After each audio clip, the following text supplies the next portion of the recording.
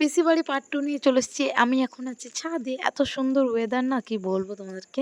তো এখন চলে এসেছি ছাদের থেকে নিচে। এটা হচ্ছে সকালে। আর আমি ১ম বার পায়ে নুপুর পড়েছি সেটাই তোমাদেরকে দেখালাম। এখন যাচ্ছি বাড়ি। আমাদের ৬ টায় যাবার কথা কিন্তু না আমাদের বেজে গেছে ৯ টা।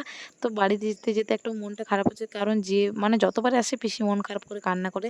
আর জানো আমার নিজের বাড়ির চেয়ে মানে কোথাও বেশি ভালো লাগে না। কোথাও তো আমি থাকি না তোমরা সবাই জানো।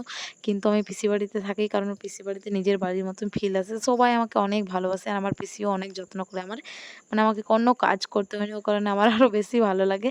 তো এখন চলো যাই বাড়ি। আর এই দেখো আমাকে পায়ে একটা কালো পাড়া মানে ডোর টাইপের থাকে না? ওটা দিয়ে দিল দীপা। এখন ওদেরকে টাটা বাই করে চলে এলাম। আর এত সুন্দর ওয়েদার। তো এখন ডাইরেক্ট যাচ্ছি বাড়ি কিন্তু না দিদি বলছে, "চল আমাদের বাড়ি। তারপর বিকেলে তোকে দিয়ে আসবো।" এখন আমরা একটা হোটেলে বসলাম। এখন খাবো আমরা গরম, গরম সিঙ্গাড়া কারণ অনেক জোর খিদে পেয়ে গেছে। আর আমার যেন কোথাও গেলে আমার না খেলে চলবে না। আমার পেটটা আগে ভরা চাই। তাতে কিছু হোক না হোক। তারপর বিকেলে চলে এসেছি আমাদের বাড়ি। আর এই দেখো পুচকু একটা মেয়েকে আমার পুতুলটা নিয়ে খেলা করছে। এই পুতুলটা আমি এই কবে মেলাতে কিনেছি। তো আমি বের করছিলাম না। তারপরে দিলাম কারণ ও কাঁদছিল। আর জানো ও জোর জবরদস্তি চা খাইয়ে দিয়েছে আমার পুতুলটাকে। আমার খুব খারাপ লাগলো। কিন্তু কিছু করার নেই। ওরা তারপর বাড়ি চলে গেল। আর ওয়েদারটা দেখো এতটাই খারাপ হয়েছে। তারপরে আমি স্লো মোশন করে দিয়েছি। নাহলে অনেক ঝড় দিচ্ছিল। আর আমার বোন দেখো কিভাবে চুলাটা নিয়ে আসছে বলছে এরকম করে আনিস না। কিন্তু তাও আনলো। মিনি ব্লগটা এই পর্যন্ত ভালো লাগলে লাইক করো। টাটা বাই হরে কৃষ্ণা।